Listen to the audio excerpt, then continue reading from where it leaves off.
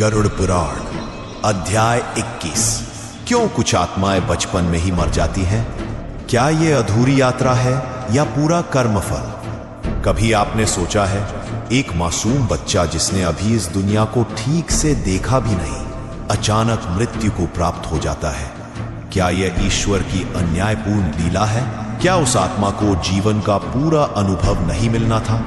गरुड़ पुराण अध्याय 21 में इस गहरे और दर्द भरे प्रश्न का उत्तर छिपा है। यह शास्त्र बताता है, कोई भी आत्मा बिना संपूर्ण कर्म फल के मृत्यु को प्राप्त नहीं करती। तो जब एक बालक की मृत्यु होती है, वो सिर्फ एक शरीर का अंत नहीं, बल्कि एक बहुत पुराने कर्म चक्र की पूर्णता होती है। क्यों होती है बाल्यकाल में मृत्यु?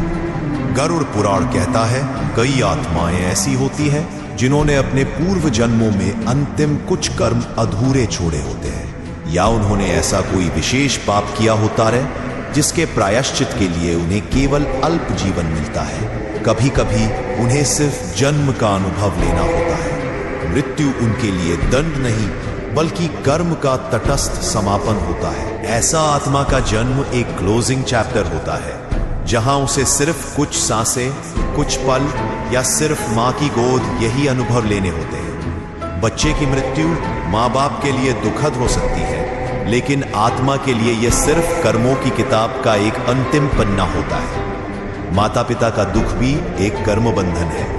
गरुड़ पुराण कहता है, माता पिता जिनके बच्चे अल्प आयु में मर जाते हैं, वो भी पूर्व जन्मों के गहरे बंधनों और कर्मों का परिणाम भोगते हैं।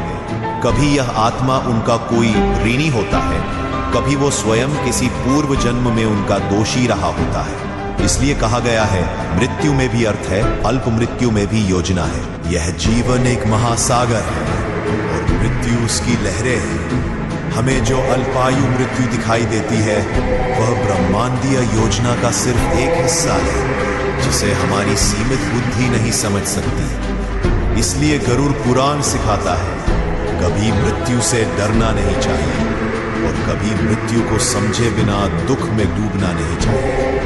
प्रत्येक आत्मा, चाहे वह एक दिन जिए या एक दशक, अपने पूर्ण कर्मों के साथ ही जन्म लेती है और जाती है।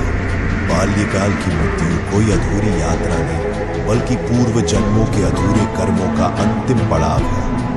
जो आत्मा थोड़ी देर के लिए आई थी, वो बहुत कुछ पूरा करके ही गई है, शायद आपके जीवन को बदलने या अपने कर्ज उतारने। इसलिए गरुड़ पुराण कहता है, हर मृत्यु में ईश्वर की योजना छिपी है और उसे समझकर ही हम शांति पा सकते हैं। अगले अध्याय में जानिए, मरणासन्न अवस्था में आत्मा क्या अनुभव करती है और अंतिम क्षणों में कौन आता है उसे लेने।